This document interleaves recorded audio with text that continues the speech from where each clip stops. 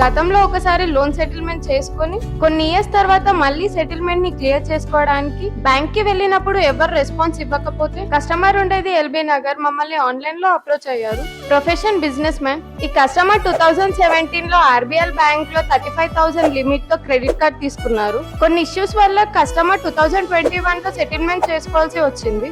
Settlement amount around 16,700 rupees pay చేశారు. 4 years తర్వాత ఈ సెటిల్మెంట్ ఇష్యూని క్లియర్ చేసుకోవడానికి బ్యాంక్ ని ఎన్నిసార్లు అప్రోచ్ అయినా బ్యాంక్ వాళ్ళు ఎలాంటి రెస్పాన్స్ ఇవ్వలేదు. నిజం చెప్పాలి అంటే దీంట్లో బ్యాంక్ ఎంప్లాయీస్ తప్పేం లేదు. సెటిల్మెంట్స్ అండ్ రిటర్న్ ఆఫ్ అయిన 1 ఇయర్ తర్వాత బ్యాంక్స్ ఇలాంటి కేసెస్ ని ఎన్పిఏ గా మారుస్తాయి. ఎన్పిఏ అంటే నాన్ పర్ఫార్మింగ్ అసెట్స్. ఎన్పిఏ గా మారిన అకౌంట్స్ అన్ని బ్యాంక్స్ వాళ్ళ ఇంటర్నల్ డేటా నుంచి రిమూవ్ చేస్తాయి. ఈ ఇన్ఫర్మేషన్ ఓన్లీ బ్యాంక్ కి సంబంధించిన collection head and nodal officers కి ట్రాన్స్ఫర్ అవుతాయి. మా టీమ్ ఈ కేస్ ని రివ్యూ చేసిన తర్వాత సెటిల్మెంట్ కి సంబంధించిన రెక్టిఫికేషన్ ప్రాసెస్ ని స్టార్ట్ చేశారు.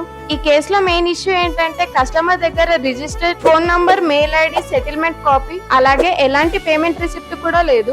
మా civil rectification team account number ని బేస్ చేసుకుని క్రెడిట్ కార్డ్ కి సంబంధించిన అకౌంట్ డీటెయిల్స్ అన్ని తీసుకున్నారు. ఫైనల్ గా కస్టమర్ పే చేయాల్సిన రిటర్న్ ఆఫ్ అమౌంట్ అరౌండ్ 23,000 ఉంది. చార్జెస్ తో కలిపి 25,689 రూపీస్ పే చేయించి ఎన్ఓసి అండ్ ఫోర్క్లోజర్ లెటర్ తీసుకొని సిబిల్ లో నుంచి క్లియర్ చేయించాం.